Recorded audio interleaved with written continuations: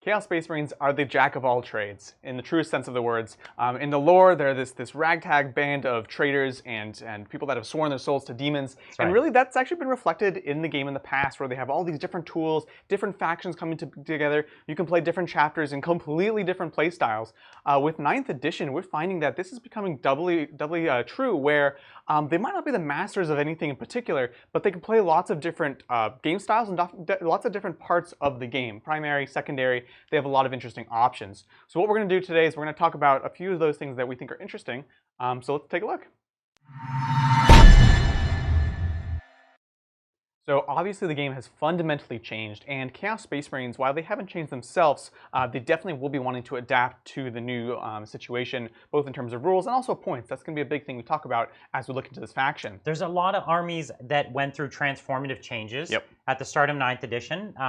This is not one of those armies. Yes, there are things that are modified by this faction, but I think they have almost negligible impact on the way this army plays. The only thing that you could say that's different is really the mission, which impacts all your builds in general. But if you had changed the mission and really changed nothing else about 8th edition, this army would have changed in the same way. So it's like, what I'm trying to say is like the 9th edition rules impact this army in a very minimal way. And because of their, as you're saying, the jack of all trades nature, there's just so many different ways you can play them. Whereas so many other factions at 9th edition have a clear, obvious, best 1 or 2 ways of working. Definitely. You know, I don't think that's true for this faction. No, absolutely not. And it's definitely a faction that will benefit you greatly if you go deep on them, if you practice them, if you try different builds. So if I was a Chaos Space Marine player, which I am, I would be super excited to try out a lot of these different builds. So what we're going to do, we're going to talk about some of the positive changes for them in the new edition. We'll talk about the things that actually hit them negatively. Then we'll discuss some tactics, some strategies, and wrap it up with some lists that we think are going to be a lot of fun to play. All right, let's jump in. So the first thing we want to talk about is the fact that 9th edition, as opposed to 8th edition, is primarily a board control game. Right? The primary is entirely about holding objectives, holding more than your opponent. There's no kill baked into the primary itself. And most of the secondaries are about border control, doing psychic powers, getting into certain spots. And so this is all about border control. And Chaos Space Marines are actually quite happy with that. I think that this is one of those things, we're going to see a few trends that are moving this army away from this kind of Death Star approach that they used to have. They used to have this approach, we're going to create this invincible unit, we're going to cut into the heart and kind of win the game by denying kills, and then killing your strongest thing. And then we would play, they would win through this like killing approach. Right? Now they need to win through this more holding approach. And as you're saying, they need to hold that mid-board. And this is a different playstyle than the army was used to. It's not something it can't do by any stretch. It can do it really well, but it's very different. And because that board is also smaller, it's a big deal. That also modifies the kinds of units you can use to play mid-board and the kinds of things the kind of strategies you want to use to play the mid-board game. Yeah, with a lot of those armies, the backfield was often very sparsely defended. With things changing like being obscure rules, things like that, the placement of objectives means they have to kind of be more protective, and they can't just throw 10 cultists on an objective. But it also means that a lot of the action is closer together. It's on the middle of the board. This isn't a fast army, right? We have warp time, but generally speaking, they're going to be happy fighting for those middle board objectives, which is the majority of the game. So these things are all really exciting for them. So the other thing to think about is this is actually one of the factions with the most vehicles that benefit from the new move and shoot changes for vehicles. That's absolutely right. There are a ton of just standard Space Marine kind of vehicles, but more notably the Demon Engines, who historically had a poor ballistic skill to begin with, and were pushed into the red zone when they moved. They were going from ballistic skill 4 to 5. Now they stay at 4, and then of course you can buff them up with Lord Discordance and lots of other abilities. It becomes a lot more interesting than it was before. Absolutely, and it's this funny double thing that happens is the Lord Discordance always had the +1 to hit only for Demon Engines, but it wasn't often used. They were kind of just used as beat sticks that were amazing to hit things, but by removing that -1 to hit penalties for the Demon Engines, it suddenly makes that other buff also viable. So they get kind of this double bonus. You know, we're talking about things like Forge Fiends, Defilers, the Venom Crawlers. You can see this is one of the newest units. They actually started, the writers started to learn about how to make them a bit more adaptable. Those are assault weapons. So they don't benefit, but they're happy to shoot in close combat though, so that's kind of nice. Well, and that is that next point, that these vehicles also shoot in combat, which a lot of these Demon Engines were good at fighting and shooting, but they could never use that double role. So this is one of those factions that benefits a lot from this this particular alteration, a lot of data sheets and a lot of really cool models all of a sudden become not just interesting, but some of the best units in the army. They really are. Chaos, at its core, is a melee faction, and so when you take these units that have big shooty things, big cannons and things like that, they generally do have an actually interesting melee secondary profile. They always have a good combat profile. Exactly, and that wasn't really used before, right? You'd find ways of not having to use it. Did you guys know that the Forge Fiend actually bites? You know, things like that. That just didn't come up before. So they're excited to be able to use those assets that were kind of just sitting at the side, wasted points. And this is something that gets doubly better with the new 5-inch vertical engagement range. These monsters always had to stay on the ground floor, and it was easy to kind of avoid them through terrain and up on those second floors. So this is just another feather in their cap, right? Like they shoot better, they shoot in combat. Now they fight, you know, better, and they fight up more often. We're layering a lot of buffs to these units, which is why we're saying they're so much more interesting. It really helps. And that vertical engagement, of course, also helps with charges. As I said, this is not that fast of an army. You know, you have warp time, but you're trying to just reach those charges. And there's so many moments where I wish I had a few more inches, which now you do because of the vertical engagement. It's harder to run away. Awesome for what is ultimately a melee army. Unlike Space Marines, though, this army actually really suffered from morale issues. It did, yeah. That was not just the cultists. But of course, even the Chaos Space Marines, they do not have no fear, and they can no fear, and they can run. Well, thankfully, with the new morale rules, they're less punishing overall, which means you're going to be losing less models to morale. And I think that's a really big buff for things like the cultists in general. It really is, because you would see builds that were based around using these kinds of units, and they really had to have someone like Abaddon or the Iron Warriors trait to be able to ignore morale completely. That's right. Luckily, there's action in between the two of them. You know, Red Corsairs with the 20 Chaos Space Marines. They used to suffer. Oh gosh, that hurt, because you would lose a decent amount and you say, no, I'm going to be okay, but if you don't want to spend those 2 CP to autopass, you lose them. So that's kind of a nice change for them overall. And actually, it's doubly important, because if you're using cultists to hold a backfield objective, you only score at the top of turn. You need things that are going to keep those units alive longer. And now you could still flood like 20 bodies on an objective. Right. And the likelihood that you're still going to have one left to hold that at point, it's a lot better than it used to be. Totally. So actually, this isn't just good for keeping your models around. It fundamentally changes your ability to use these units to score. Absolutely. So one of the other big changes to the core game is the way that line of sight works, right? In particular, we're thinking about the obscuring keyword. And if you're not familiar, it essentially means any ruin that has the obscuring keyword that's 5 inches or taller completely blocks line of sight over it. You have to be touching it to unlock it, things like that. And so what this means is, again, there's a lot of spiky bits in this army. They're kind of known for that. And so, you know, Lord Discordant's famously difficult to hide, and they can be targeted. All the demon engines, things like that, can now be hiding behind these ruins, especially at the start of the game. Something we've definitely seen in most of our games, and we think we're kind of coming to a consensus that when you come to a table, you actually can hide these big things and not get alpha struck.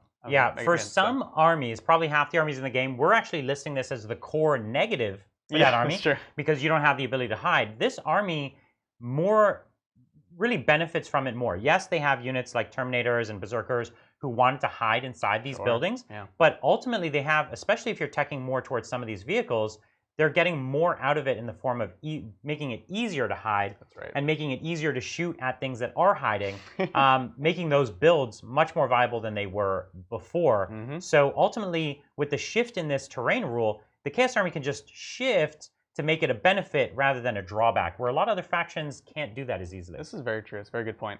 So one small thing we just wanted to mention is everyone's ablaze about the fly keyword getting nerfed to the ground. You can't fall back and shoot anymore. Guess what? Chaos Space Marines don't really care. Yeah, this faction didn't lose anything, pretty much right? Nothing. Like the Tau, the Eldar, they're crying a lot. It's a big loss. And now, you know, Chaos loves to get in there and tag things like those vehicles. Great. Their vehicles don't care. Most of the time, they shoot and fight. So come tag us.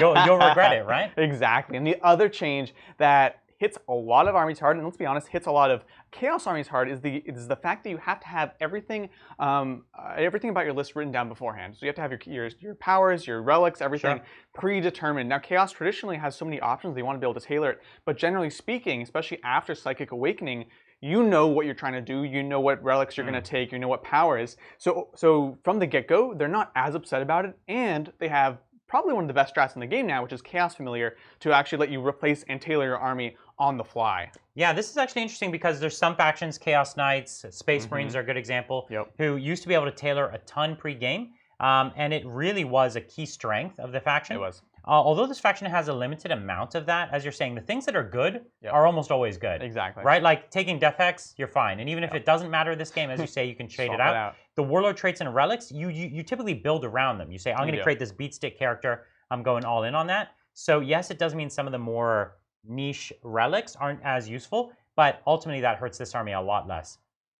Yeah, so those are a couple of just strange things that are important to consider because, of course, we're not playing this in a bubble. Anything that hurts the enemy that doesn't hurt this army is a good thing. That's a funny thing you point out. It's not necessarily that this army got better in a lot of ways. Yeah. As I'm saying, it kind of did get affected almost at all. Right, exactly. It's that a lot of other enemies got worse, and those playstyles used to be good against you. Yep. And so it's a case of the meta changing in against other people, but not really for or against you, which is ultimately a buff for you if it hurt other people. It's a very Chaos Space Marine thing, right? They That's just survive. That's and they return with. They've been around long enough to see several editions of change. They'll weather this one. They'll weather the next one. They still remember 5th edition. That's right. So having said that, it's not all sunshine and daisies for the Chaos Space Marine. So we're going to talk about some of the negatives that did affect them. Yeah. Number one is probably the number one nerf to Chaos in general. Sure. Is the changes to detachments, right? Chaos was a faction that was kind of built on this foundation of lots of different sub-factions coming together, right? So you would, in 8th edition, for example, be rewarded for taking multiple attachments to get command points. Of course. So you say, awesome, I'm going to take some Chaos Space Marines, get my Warp Time, get the core of it, get some demons for some good Plague Bears,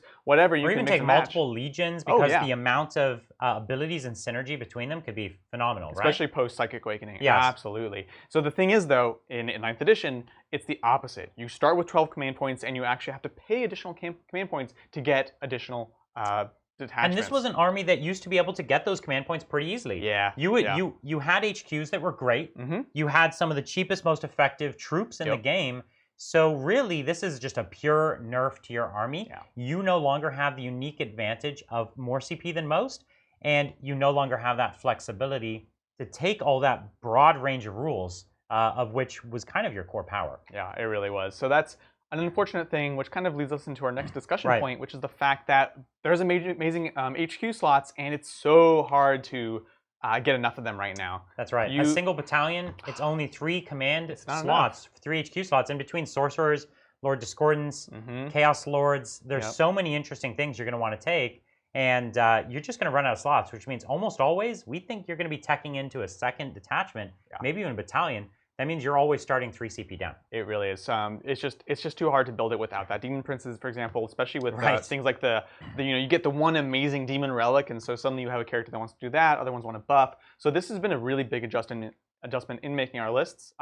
One small addendum, silver lining kind of thing is as far as it's written currently, the Red Corsairs do get you that extra detachment for free. So if you're particularly worried about getting extra HQ slots, they're an interesting one to take, especially because, again, Advance and Charge is great for those Beefcake characters. So if that's something you're interested in playing, it's probably the faction go-to for that. I think that's pretty cool. And you know what? It's not actually just the HQ slots. We actually think the heavy slot is also going to be restricted. Yeah. The heavy choices got a lot better, not for most factions, but definitely for this faction. And you're going to run out of heavy slots even if you're not running out of HQs. So I think you just need to make your peace with the fact that you need 2 battalions. So Chaos just gets 9 CP to start. Chaos does not get 12. Live with it. Make your peace. You get your limited amount of soup. That's how it is. Very, very true. So one thing that became popular towards especially the end of 8th edition was these Chaos, we saw the return of Chaos Death Stars, right? This has been something that's been on and off in the faction for years, but things like Possess Bomb, where you basically take all your strats, all your buffs, everything, specialist attachments, anything you can get, put them into one big mega unit and just punch your opponent as hard as you can, or just become immune, right? Just sit in the middle of the board, threaten your opponent, right? This goes away for many, many reasons, the largest of which, of course, is that the pluses and minuses stack at 1.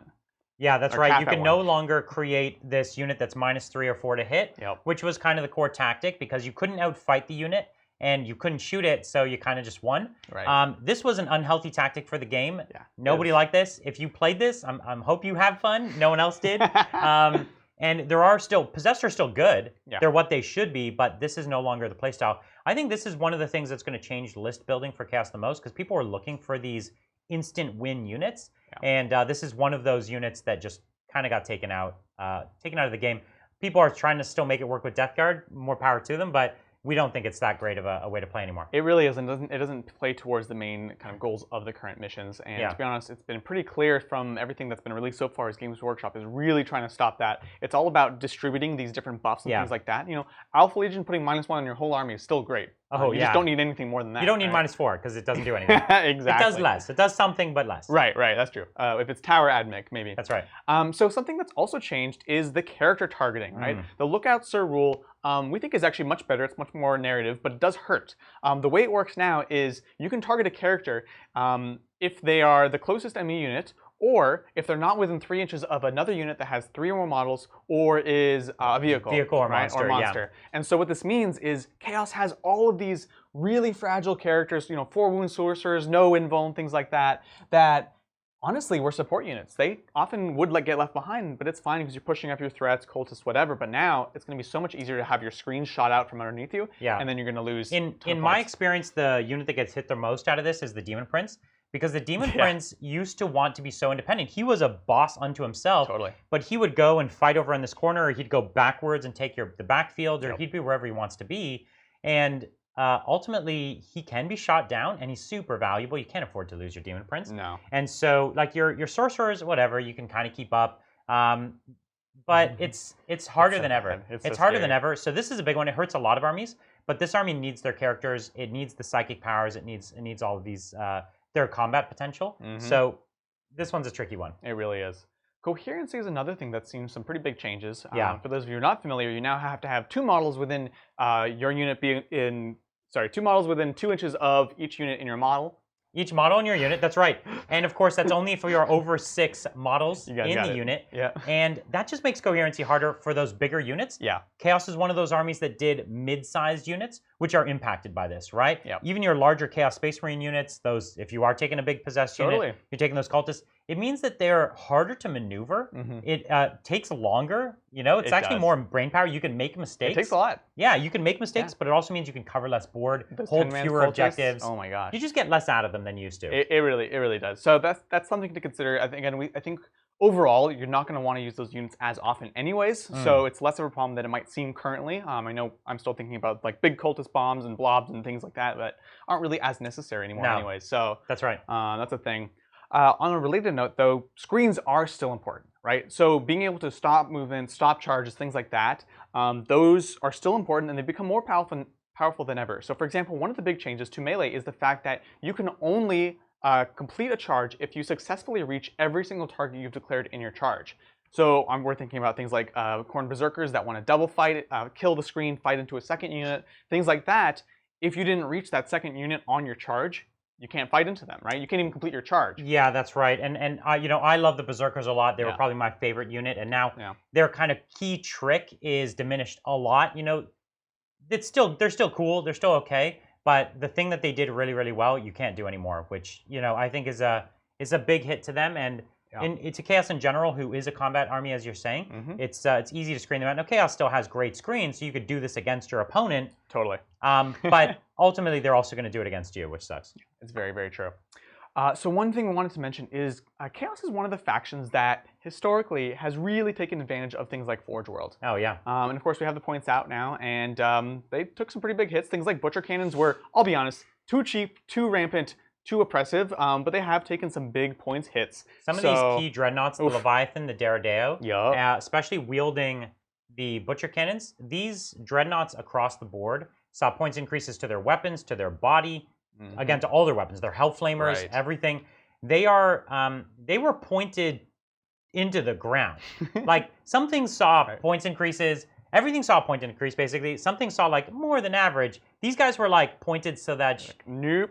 Put them on your shelf and wait for a while until it cools it off. That's right, that's right. You could put one in your friendly game, but they're way overcosted. They're so expensive, which is interesting because if it wasn't for that, they would be ridiculously oppressive, being able to shoot in combat, things like that. Yeah, they'd be too good. We're still looking at taking them occasionally, but we're definitely not taking a whole ton of them. Like the way that used to be kind of hard to say no to, right? Yeah, they're better than ever, right? Like a Leviathan that moves and shoots in combat, it's unbeatable. It's still ridiculous, but you paid. It's a quarter of your army basically now. So it's good on you. you have an unbelievable beat stick unit, and it's cool, but it's a quarter of your army, man. It's like taking a knight. And that's a choice. Yeah, you can take a Kaitan for like 30 more points or something. Oh my gosh. So take the Kaitan. Have some fun. We love the Kaitan. It's so much fun. Yeah. So lots of ups, lots of downs. If it sounds like we're in the middle of the road, that's because that's exactly where this army is right now. I think it's in a fine position. What we're going to do is we're going to go ahead and talk about some tactics that are really relevant in the new edition. Yeah, let's take a look. So the first example that we'd like to talk to you about is a very, very sneaky Alpha Legion-y kind of move. Yeah, and it interacts with the new character targeting rules in interesting ways, and it also allows you to play the primary mission as well as just the kill your opponent mission super duper well. So we've contrived a bit of a scenario, but this is something that actually you're going to see on the table quite a bit. What do we got here? So what we have here is we have 3 Alpha Legion Obliterators. We have a Master Possession, of course, buffing them with all the juicy goodness. We have a 5-man Chaos Space Marine squad, not touching this obscuring terrain, so they're completely hidden from the ultimate death that is 3 Dakabots facing off against them. Okay, so what's going to happen here, this is the AdMech turn, and normally they would just take this ultimate Daka and blow up our awesome, obliterators, and we'd cry and be sad. That's right. But we don't want that to happen for a couple of reasons. One, we want to hold that point until next turn. And we want to keep our obliterators. Let's do it all for 2 CP. Let's do it. So we're going to play the concealment stratagem. That's right. This is an Alpha Legion specific stratagem. You pick an infantry unit, our obliterators in this case, and they cannot be targeted unless they're the nearest visible unit. Now, I know what you're saying. This unit here behind the building is not visible. Right. And that unit in front is a character, but wait. Okay, that character is within 3 inches of this unit, and it is not the closest unit to them. That's right. Because this invisible unit behind the building. So the character is not targetable. Correct. Right? Okay, but the character is visible and closer than the obliterators. Right. So the character is not targetable, and the obliterator is not targetable, and nothing is targetable. It's so gross. So this was 2 CP, and you just held that point. Were impervious to all shooting. Nuts. And this is, I don't even know, like maybe this needs a fact. It probably does. Even if they fact it, you could still do some version of this. You would just have to put a tough unit out front. Right.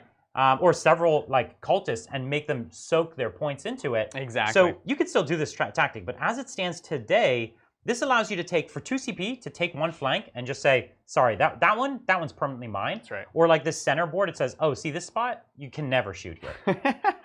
It's nuts. It's pretty crazy. And even if they wanted to then throw some melee in there, right? You would definitely pay the 1 CP, get some Overwatch, fight back, fall back, shoot, do conceal again in the following turn. It is ridiculous. Yeah, if they wanted to come fight you, you could have 10 Terminators behind here, or Berserkers, or whatever you wanted to have. The idea behind this is that, to be honest, a lot of stuff is going to get melted by a lot of shooting, right? So it's hard to have things just sitting on the objective if they're like Marines or whatever, but you don't have to do that, right? Like this. You can be very sneaky. Often the objectives will be completely in the open, but there's going to be terrain on either side of it. So you can set up situations like this that make you completely impervious to, especially armies that really go into all shooting. It makes you really, really good against them. And for what it's worth, this only works now because of the new Lookout Sir rule. Yes. Before, that character would be targetable, and they would just blast the character and then blast your obliterators, and you double lose. But with the new Lookout Sir rule, that character is not targetable. That's right. And that means the obliterator is not targetable. It means nothing's targetable. So this, amazing. While it lasts, it's really good. Maybe this will get back. Maybe they're happy with it. I don't know what they would change, but we'll see. Yeah, we shall see. This is a fantastic ability. Lets you hold the point. Let's take a look at another example that is another way to hold a point without being shootable. Sounds good. Again, this game is all about border control, and we also mentioned that each chapter is going to have some really interesting and unique tactics that you can employ. So what we want to talk about now is a Night Lord's tactic. Yeah, this is another way, just like the last one, to hold an objective whilst being unshootable. It's going to be kind of crucial for this army, it really is. And it's a really neat trick. So slightly different scenario. We still have 3 Dakabots that want to shoot and blast away our army, and of course they could. Now up on this point here, the AdMech have 2 troop units, and they're holding the point. Well, it's our turn, and we're going to come in for the charge with our Night Lord's Marines here. Sounds good. It's okay. We pile in, and we're just going to charge one unit, pile into the other. No big deal. Or we could charge them both. It really doesn't matter. Now, what we want to do is make sure we string back till we're within 3 inches of our characters, because we want to be screening our characters here. That's kind of part of our plan here. Now, in the fight phase, we're going to try to split our attacks. We don't actually want to kill both these units. No, we don't want to kill much at all, really. Yeah. We just want to get onto the point, make sure that we have enough bodies so that we can, if we kill anything, we're taking it. We have enough obsec there. That's all great.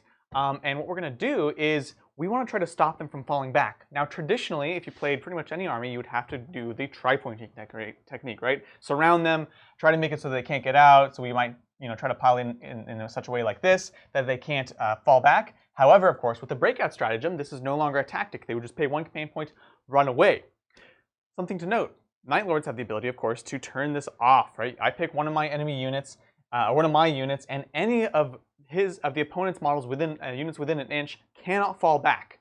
Now, important thing to note, though. Yeah. You need to do this now where there's two units because of a weird setup with the breakout strategy. The desperate breakout stratagem says that you can play it, and it allows you to fall back through enemy models. Yep. And it also says that anyone who doesn't make it outside of an inch just dies. We think the reading of that is, even though you're not allowed to fall back, your whole unit just dies. Right.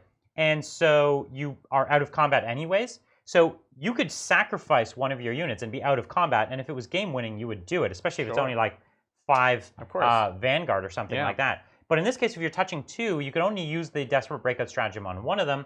The other one still wouldn't be able to fall back. So in this case, we've touched 2 units.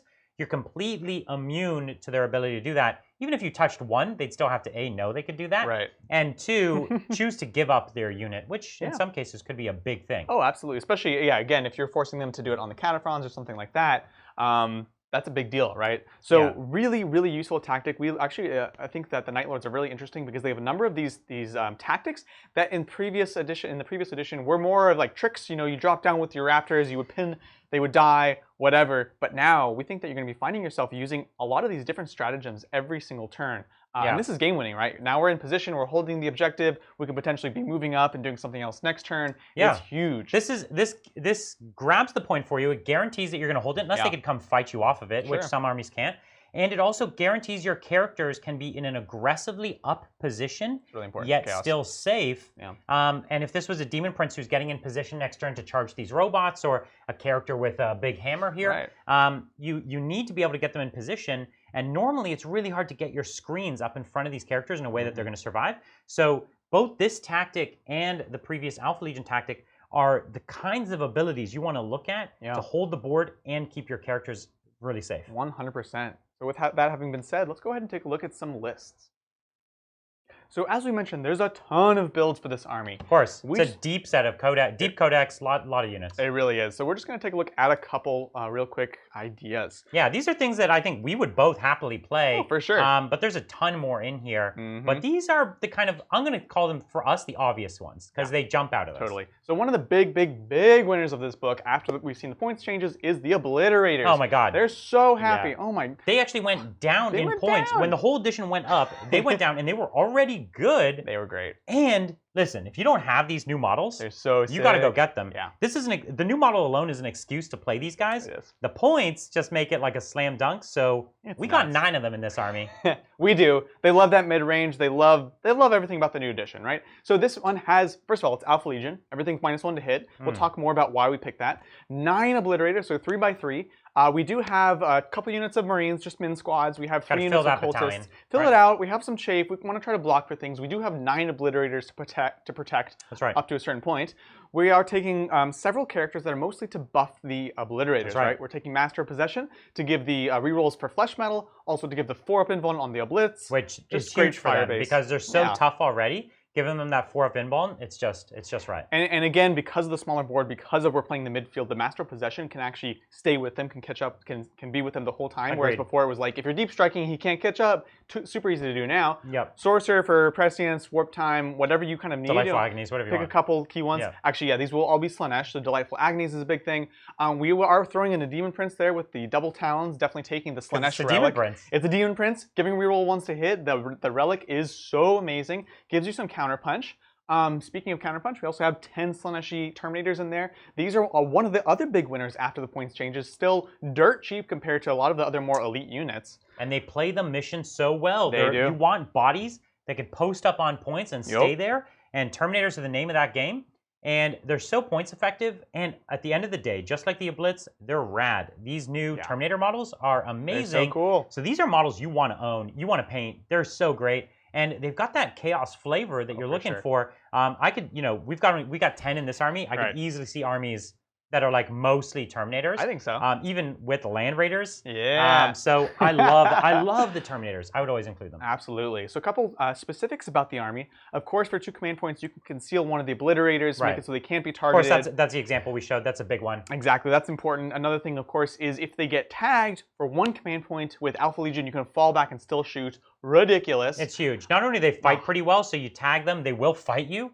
And then they'll fall back and just pound you. You've been on the receiving end of that. I know. My Custodes, right? Captains have been killed by them in combat. It's not pretty. It's awesome. So, so between all these different responses, of course, Alpha Legion also has ways to pick up units, put them back down. So if you need to pick one of your blitz, reposition, or just keep them safe, score some additional secondaries, this army has a ton of firepower, a decent punchback, and a ton of tricks, right? It's going to be very flexible. So I really like this. I think it's a really mean list, to be honest. Okay, this is a good one. Okay, so the next one is the list I think many of you have been thinking about. We've been thinking about it. And this is leading into the Demon Engines, because the Demon Engines were already on the verge of being great because of the Lord Discordant. With the move and shoot now and the shoot in combat, all of a sudden these Demon Engines get pushed way over the line of being excellent. So we're kind of leaning into a bunch of them. So we double down on them. One thing that's interesting is the Lord Discordants are pretty pricey. Sure. They're still great, but we actually aren't even spamming them out in this list. We're just taking one of them. We're taking a Sorcerer, taking a Master Possession, the same kind of stuff. Again, Master Possession, the same kind of stuff that gives us +1 to our influence to our Blitz, works on all those Demon Engines that we're about to, so it's unreasonable. Talk about. All 4+ invulns? Taking them all to 4+ invulns makes them super durable. And even in a tank killing meta, most people aren't ready to deal with that kind of invuln. So your guys kill their tanks, and their tanks don't really kill your tanks.